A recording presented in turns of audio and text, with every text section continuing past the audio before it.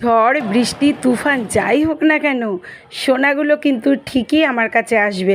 হয়তো অনেকে বলতে পারো যে খাবার পায় তো সেই জন্য। আমি বলবো শুধু খাবারের জন্য নয়, ওরা কিন্তু ভালোবাসার টানেও আমার কাছে ছুটে আসে। আর দেখতেই পেলে বাইরে কিন্তু মুষলধারে বৃষ্টি হচ্ছিল। যেই বৃষ্টিটা একটু কমেছে, একে একে আসা শুরু করলো।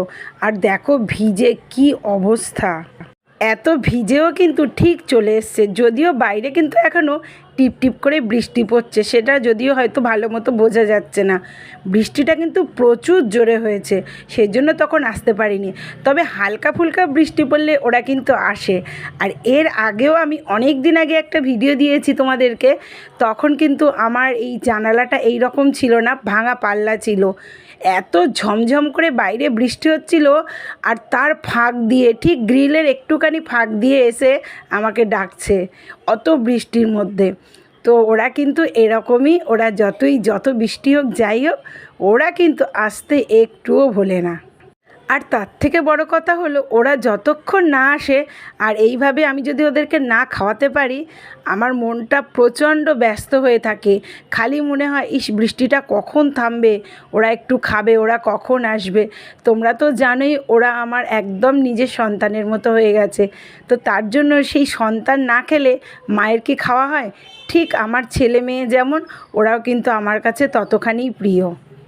তবে হ্যাঁ, ইচ্ছে কিন্তু হয় ওদেরকে আমার ঘরে রাখি, ওদের গায়ে একটু হাত দিয়ে আদর করি, কিন্তু অনেক ভেবে দেখেছি সেটা ঠিক নয়। ওরা এই রকম মুক্তভাবে থাকতেই পছন্দ করে।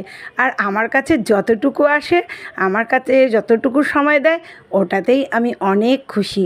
ওদেরকে ধরে বেঁধে আমি রাখতে চাই না। আমি চাই আমি যতদিন পারবো ওরা যেন ততদিন আমার কাছে আসে, আর আমি যেন এইভাবে ওদেরকে একটু আদর যত্ন করে যেতে পারি। তবে হ্যাঁ, মনটা কখন খারাপ হয় জানো? যখন দেখি উল্টোপাল্টা কেউ মন্তব্য করেছে। সেটা অবশ্য হাতে গোনা দু একজন মাত্র। সবাই তো ভালো খারাপ নিয়েই সব কিছু। তো তাদের কথা শুনে যে আমি থেমে যাব সেটা নয়। তবে খারাপ লাগে, তার জন্য হয়তো একটু আধেক জবাব মাঝে মাঝে দিই। সেই বলে না, সব কিছু চুপচাপ সহ্য করাটাও ঠিক নয়। তো মাঝে মাঝে তাদেরকে একটু জবাব দিয়ে দিই। আর যারা আছো আমার, মানে কি বলবো, ফেসবুকের ফ্যামিলি, তোমরা কি বলবো, প্রচুর প্রচুর মানুষ আছো যারা এত ভালোবাসা দাও আমার এই সোনাগুলোর ভিডিওতে। তোমাদের কি বলবো, আমার ভীষণ ভালো লাগে। তবে ওই যে বলে, এক গামলা দুধের মধ্যে এক ফোঁটা লেবুর রস পড়লে যেমন দুধটা কেটে যায়, ঠিক তেমনই হয়। আবার পরেক্ষণে কিন্তু ঠিক হয়ে যায়। ভাবি একজন কি বলল তাতে আমার কি যায় আসে, হয়তো মনটা একটু খারাপ হয়ে যায়। তোমরা কিন্তু এইভাবে আমাকে